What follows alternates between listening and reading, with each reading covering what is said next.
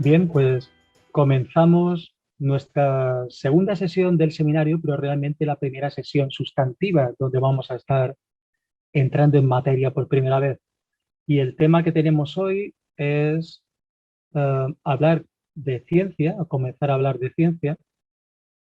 Quizá el contenido de la sesión de hoy y de algunas otras sesiones que nos esperan sea un poco sorprendente en el sentido de que quizá esperéis que entremos de lleno en la técnica. Veréis, yo soy profesor de metodología de las ciencias del comportamiento. Me dedico a explicar cómo investigar el comportamiento humano desde hace quizá demasiados años.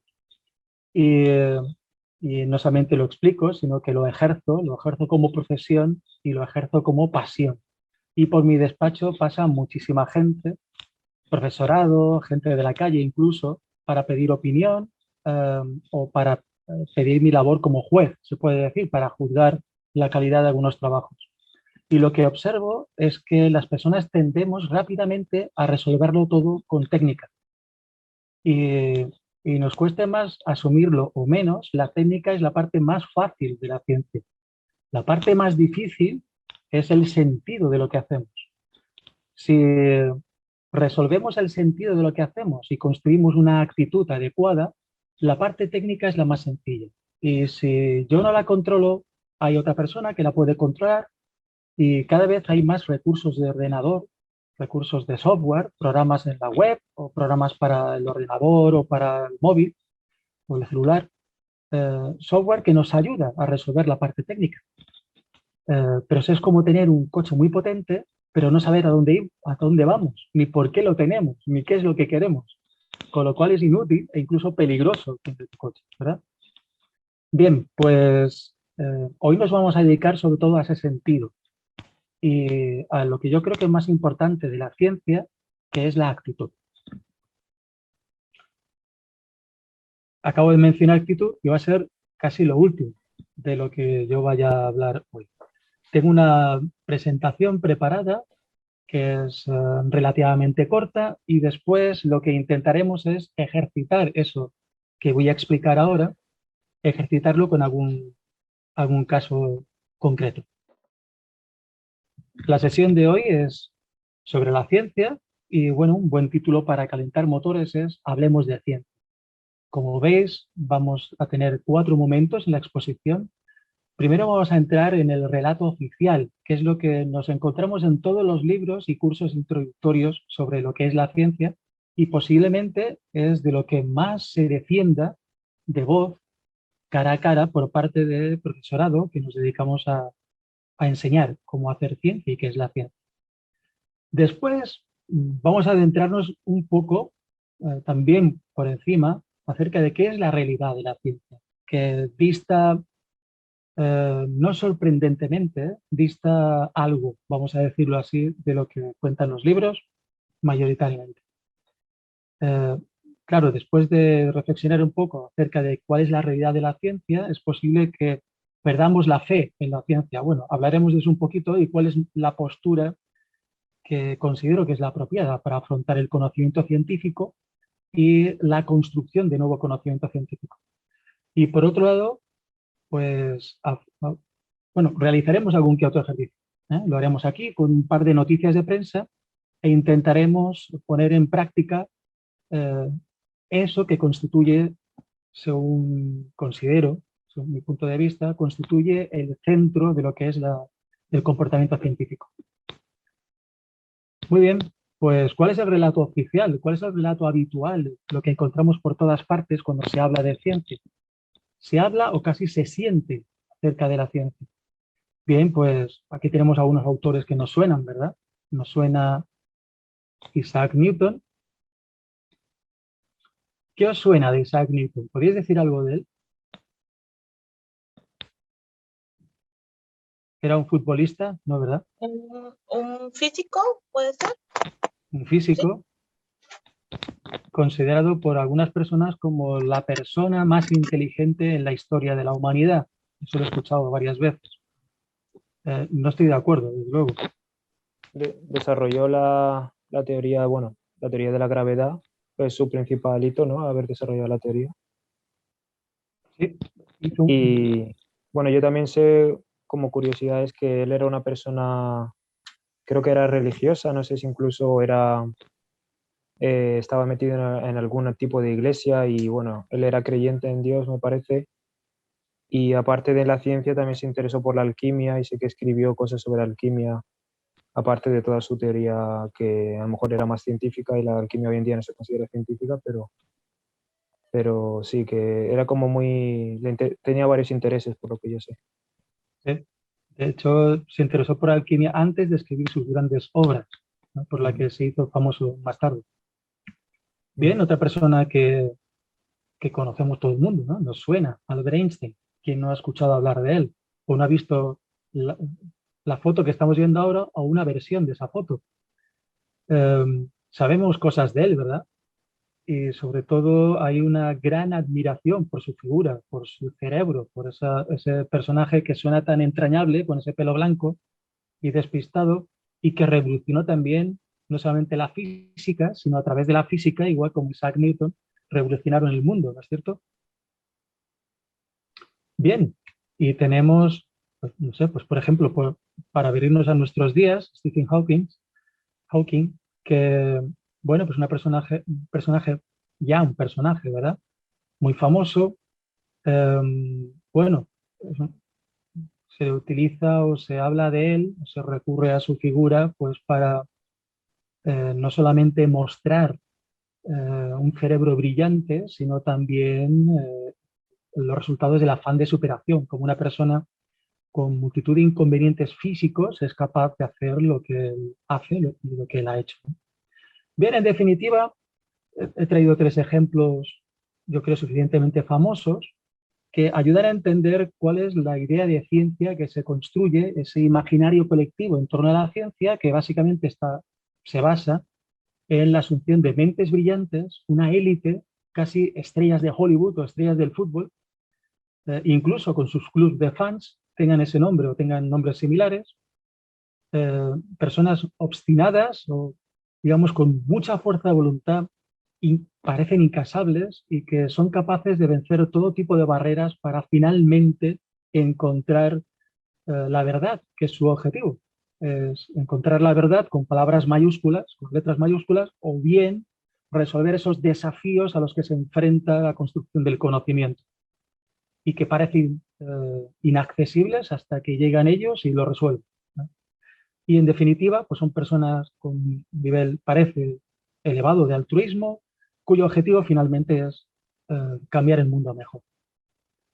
Bien, sobre esta imagen de la ciencia, la realidad es bastante otra.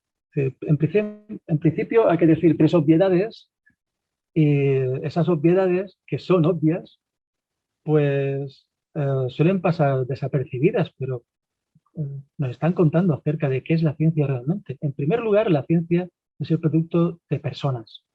La ciencia la hacen las personas y no son personas extraterrestres o que representen un salto en la evolución, eh, una especie de Homo sapiens, sapiens, sapiens, ¿no? Tres veces. Tiene el mismo cerebro que tenía pues, quien vivía en Altamira, por ejemplo. Eh, Les ha tocado otra sociedad y otra historia vital, ¿sí? Pero un cerebro similar al que tiene cualquier persona y de las personas que asistimos a este seminario. Y como gente que es, como gente que somos, la gente de ciencia, pues tenemos nuestras inseguridades, nuestros temores y a veces yo suelo afirmar que más que la media de la población. Hay un amigo que dice que las personas que se dedican a la educación primaria, a la enseñanza primaria, aman la educación. Las personas que se dedican a enseñar en las enseñanzas medias, en el instituto o similar, aman las materias y el profesorado universitario se ama a sí mismo. Y esto que suena como unas frases hechas casi para un programa de marketing, la verdad es que encuentro siempre acuerdo como respuesta, ¿eh? El profesorado universitario, que es, bueno, en esencia es quien se dedica a construir conocimiento científico, porque si bien las investigaciones, el grueso de las investigaciones se hacen en el mundo empresarial más que en el mundo universitario, pero es verdad que los resultados de las investigaciones que ya se hacen en el contexto empresarial van destinadas a mejorar el producto, el servicio o el éxito en el mercado de las empresas y no a ser publicados en revistas e incrementar el conocimiento que llamamos científico. Eso básicamente se hace desde las universidades.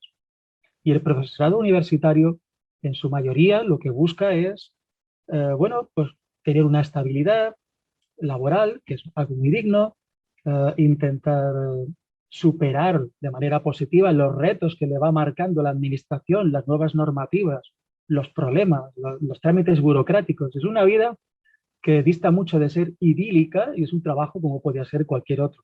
Desde ese trabajo se construye ciencia.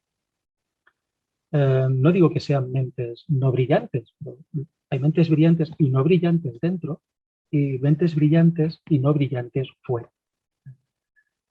Y de hecho el nivel de aislamiento que hay en la universidad acrecentado en las últimas décadas hace de este colectivo pues un grupo humano relativamente vulnerable, fácilmente incluso controlable. Y como resultado, digamos que al final hemos construido una imagen de la ciencia que realmente es un mito. Por ejemplo, para mencionar a quienes he mencionado antes, voy a tirar de Andrei Sájarov para plantear otro esquema. Bueno, sabemos de Isaac Newton, por ejemplo, que no solamente era una mente brillante, sino una persona huraña, una persona difícil, es decir, que a mí no me gustaría tenerlo muy cerca, una persona que no le gustaba nada las críticas y que, bueno, está muy documentado bueno, la discusión desequilibrada que mantuvo con Leibniz, que era más viejo y por lo tanto murió antes, y, y le tocó eso, le tocó estar fuera de del núcleo que se estaba construyendo en torno a Newton, que fue una especie de dios en vida. Finalmente la historia ha hecho media justicia asignando a ambos la invención del cálculo infinitesimal, pero Newton decía, Leibniz me ha robado la idea, yo soy el creador y hay que borrarlo del mapa. Es una persona muy difícil, ¿eh? Y bueno, un buen cerebro no significa que sea un cerebro capaz de manejar abstracciones, capaz de generarse bien en el mundo de la física o de las matemáticas. Un buen cerebro es algo bastante más complejo y esperamos que represente una persona capaz además de liderar con sus propias emociones y de mantener relaciones sociales digamos, dignas, de alta calidad, si fuera posible, ¿eh?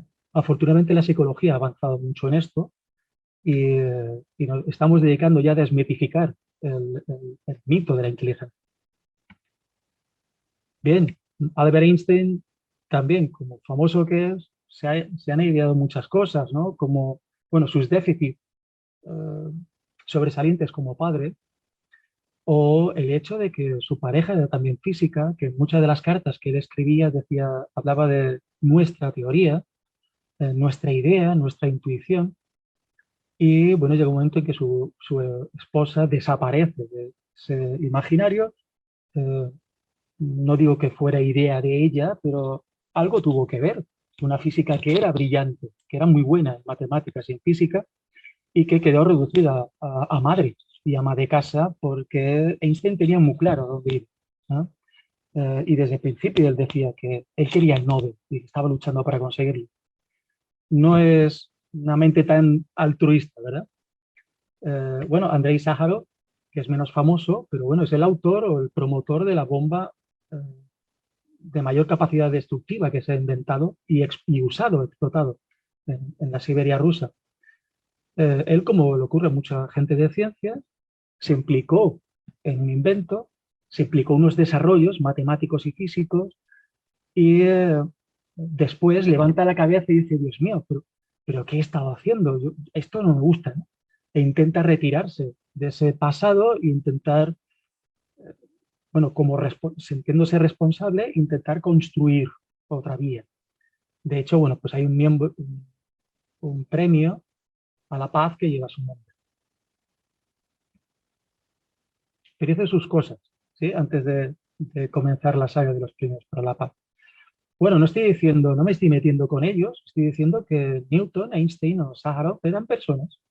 Y cuando escuchamos la palabra persona, ya sabemos que viene un paquete con personas que tienen sus objetivos de vida, sus inseguridades, sus aciertos y sus errores, como cualquier otra persona. Y eso va con nosotras, las personas, ¿no? Y al resultado lo llamamos ciencia. Bien, a su vez tenemos que esas... Hola Adriana, ¿qué tal?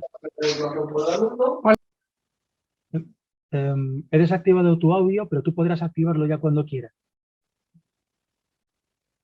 Bien, os estaba contando que el resultado también de ese mundo real, no ideal, es la construcción de sesgos importantes cuando pensamos acerca de la ciencia. Por ejemplo, solemos pensar solo en hombres y he intentado ejercitarlo trayéndome el nombre de 4 hombres de ciencia.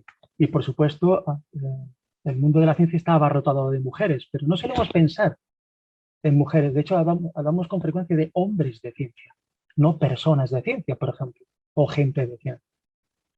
A su vez hay un sesgo muy claro hacia el mundo occidental y, bueno, desde la Segunda Guerra Mundial básicamente hacia Estados Unidos, de tal manera que cualquier disciplina que tenga una alta producción en las últimas décadas, si analizamos la autoría de los principales manuales, modelos, términos de esa disciplina, veremos que en buena medida surgen de universidades estadounidenses y se publican exclusivamente en inglés o casi. O, por ejemplo, para mencionar otro sesgo, solemos pensar en ciencia en términos de las llamadas ciencias duras, físicas o experimentales. Cuando pensamos, decimos, imagínate una persona de ciencia, finalmente imaginamos a un hombre, es blanco, tiene bastante más pelo que yo posiblemente, quizá gafas, y está experimentando con tubos de ensayo o está inventando la máquina del tiempo, un experimento físico. No solemos imaginar a una persona que se dedica a la sociología o a la lingüística, por ejemplo, y menos a una mujer, ¿sí? O joven, por ejemplo. Y eso es un daño, porque eso no es real, ¿eh? Eso es un mito. La realidad, como suele ocurrir, es bastante más compleja. Bien, hemos hecho una pasada muy rápida por el mito de la ciencia, por lo que es la ciencia realmente. Bueno, no hemos visto lo que es la ciencia. Hemos apuntado, hemos tocado un poco esa dimensión para imaginarnos al resto. Asumir que la ciencia es un producto imperfecto de seres felizmente imperfectos y diversos, ¿sí? Bien, ¿esto significa que tenemos que perder la fe en la ciencia? Yo diría que sí, que la ciencia no es una cuestión de fe. La fe tiene muchas funciones, pero una de ellas no es construir conocimiento científico. Hay gente de ciencia incluso se afana improductivamente, infructuosamente, en intentar acabar con la fe, que es un tema que no tiene nada que ver, ¿no? Pues, a cada cual con lo suyo, y la ciencia es una cuestión, la construcción científica es una cuestión de razón que justifica la emoción. Por ejemplo, ¿por qué escogemos unos objetivos de investigación y no otros?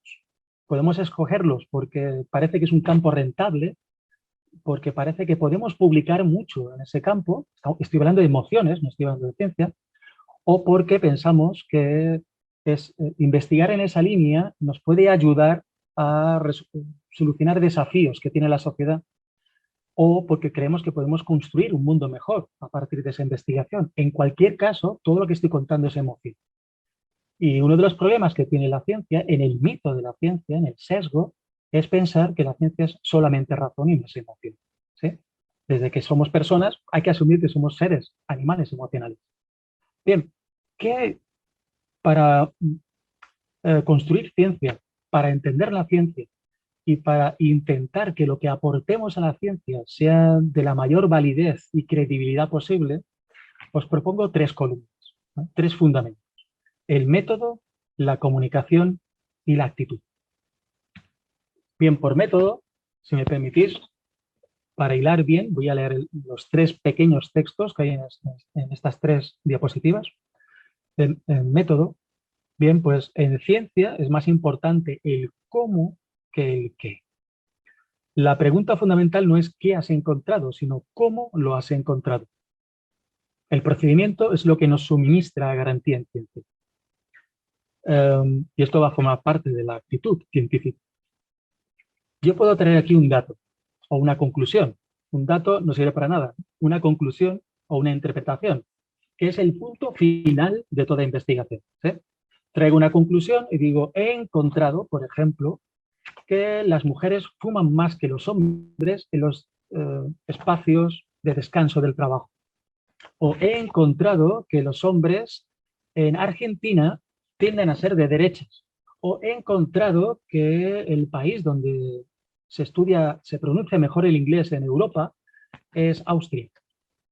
Acabo de inventarme 3 conclusiones. No importa lo bonito que lo diga, no importa si me visto de científico, no importa si lo publico o lo hago público en un foro que parece serio. Lo importante es cómo he llegado a esa conclusión. Para que asumamos un comportamiento científico, si me ha llegado el dato, para mí lo importante es saber ¿y cómo has llegado tú a eso? ¿Qué has hecho? ¿A quién has entrevistado? ¿Qué datos has manejado? ¿Qué has hecho con esa información? ¿Cómo la has analizado y cómo la has interpretado para que finalmente hayas llegado a esa conclusión? Y eso es lo que preguntamos en ciencia. Y cuando no lo hacemos, eso es lo que deberíamos hacer, ¿sí? Bien, comunicación. Otra columna fundamental. Solemos pensar en términos de causa y efecto con bastante frecuencia y además de una manera muy simplificada. Cuando hacemos atribuciones, por ejemplo, sobre el comportamiento humano, solemos decir, bueno, Pepe es así porque tuvo una infancia difícil. O no he superado el examen porque ese día estaba muy nervioso. La conducta tiene muchos antecedentes y las personas nos comportamos en redes de relaciones con multitud de variables, con multitud de dimensiones. Y un resultado siempre es el fruto de una red compleja de relaciones, no de una variable, no de un antecedente, ¿sí? Y eso mismo le ocurre a los resultados de las investigaciones. Esa causa y ese efecto están juntas en un contexto. Si cambiamos el contexto, aunque tengamos la misma causa, posiblemente no tengamos el mismo efecto. Y aunque tengamos el mismo efecto, posiblemente no viene de la misma causa. Y el causante de esto es que hemos cambiado el contexto. Y todo es contexto. Y el contexto es efímero. Los contextos son únicos e irrepetibles. Quizá podemos identificar un contexto geográfico, pero el contexto temporal es súbito. Nuestra visión de la ciencia puede ser algo diferente antes y después de esta sesión. Tu opinión sobre un tema cualquiera puede cambiar quizá con facilidad después de leer un texto. Somos cambio. Y si hacemos una investigación en un contexto determinado, por ejemplo, hacemos la investigación en una ciudad española en verano, en esa misma ciudad, en otoño, no tenemos por qué haber encontrado los mismos resultados, ¿sí? O el mismo interés, o las mismas repercusiones sociales, porque a lo mejor nuestra investigación es más física o más biológica, pero al cambiar el contexto biológico o físico, también incluso la relevancia de los hallazgos varía. ¿Cómo se soluciona eso? Comunicando. He hecho una investigación, he encontrado un resultado y ahora debo tener una tendencia a contarlo. ¿Dónde? Bueno, pueden ser publicaciones científicas o puede que sea lo más inútil de todas mis decisiones, intentar publicarlo en una revista, desde el punto de vista de la utilidad del conocimiento. A lo mejor lo que interesa es que haga un vídeo y lo divulgue por internet, o que organice un taller en mi barrio, porque el tema de la investigación tiene que ver con mi barrio, por ejemplo, y son las personas que habitan mi barrio quienes más podrán someter a crítica la coherencia y la utilidad de los hallazgos que he encontrado en mi investigación. Replicarlo, imitarlo en otros contextos le va a dar fuerza. Si me lo quedo para mí, es, digamos, consigue el nivel de curiosidad, pero no de conocimiento científico. Bien, y ambas columnas me permiten llegar al punto, yo creo, clave de la sesión de hoy, que es la actitud científica. A mi modo de ver es lo más importante. Sustenta y se alimenta de las otras 2 columnas. Bien, ¿qué es una actitud científica? Por un lado, actitud de rebeldía. Eso no significa prender fuego a algo o hacer una trinchera. Actitud de rebeldía significa que yo no soy una persona que siga a un líder necesariamente o que se me pueda convencer porque esto lo ha dicho Juan o lo ha dicho Ana. Yo necesito argumentos y fundamentos, más que ideas peregrinas. ¿Sí? Con lo cual, y me da igual que si quien lo ha dicho sea un instituto británico, me da exactamente igual, porque un instituto británico también está hecho por personas, porque se da la circunstancia que los británicos también son personas, ¿verdad? O sea quien lo ha dicho, donde se ha hecho, una actitud de rebeldía, de no estar sometido a fuentes que están fuera de lo que hemos hablado como método y como comunicación, eh, esa actitud de rebeldía me permite mantener la libertad de pensamiento y de conclusión. ¿Sí? Y esto debería formar parte de una actitud científica. Y la otra cuestión es, bueno, yo no puedo estar interrogando todo sobre todo, pero sí puedo dividir lo que es importante de lo que no lo es, desde mi punto de vista. Y aquello que a mí me parece importante merece un tratamiento especial. ¿Qué tratamiento? Bien, pues si yo creo que esta noticia o este hallazgo o esta información que llega hasta mí tiene relevancia, lo que me interesa hacer es averiguar cuál es la fuente y saber cómo se hizo, cómo se consiguió ese dato, esa conclusión, esa interpretación. Hasta que no haga eso, hasta que no analice cómo se hizo, yo no debería asumir esa información como cierta. ¿Sí? Bien, esto se entiende bien, pero ocurre algo y no lo hacemos.